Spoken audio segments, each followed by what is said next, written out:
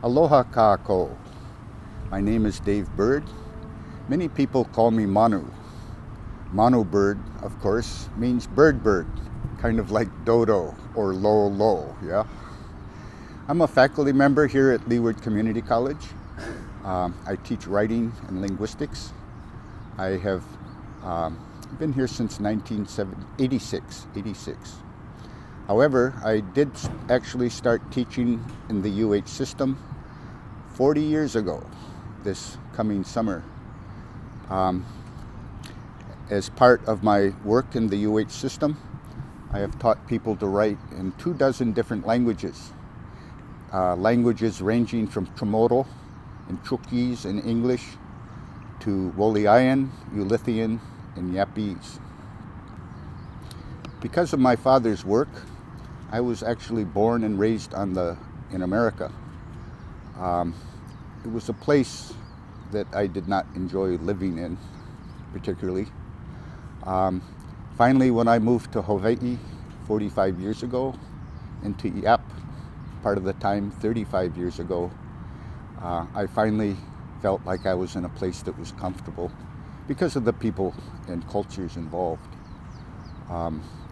In America, I never felt like I really fit in.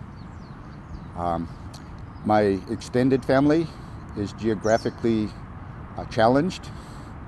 I have members of the extended family live in all parts of America, on several islands here in Hawaii, and also in the Western Carolina Islands of Micronesia.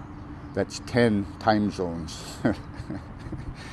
My nuclear family consists of my wife Mary, my son Keone, who lives in Portland now with his family, my Hanai daughter Helen Tanan, who lives in Yap, and my other daughter Malia Helela, who lives in Mililani Mauka.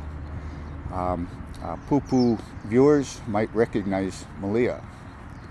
I also have 9 mo'upuna, and which keep me busy and mostly broke. But they're fun. For almost 50 years, I've been involved in many different writing and editing projects. I have edited literary magazines. I've edited numerous books.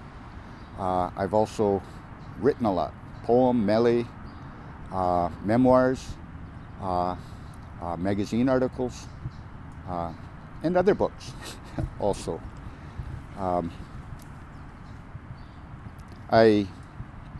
Currently, I am focusing on 3 projects or types of writing.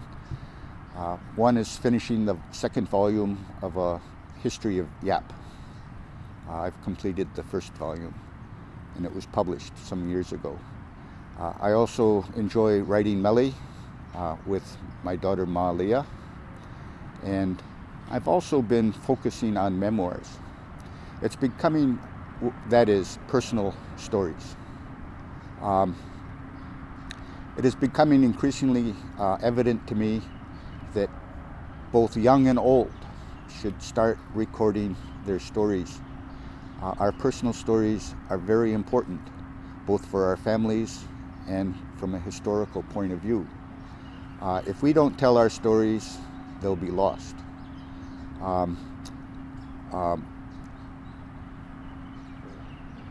We need to think about the people coming after us. What are our descendants in 50 to 100 years going to know about us, or even the lives that we lived? We need to record that type of information, even if it's about the everyday mundane sorts of things in our existence. I believe that was one important message I was trying to send through the Fishing for Grandma memoir. The lack of records about Grandma has left a very big hole in our ohana and our understanding of where we come from. So I encourage everybody to start recording stuff. Mahalo nui.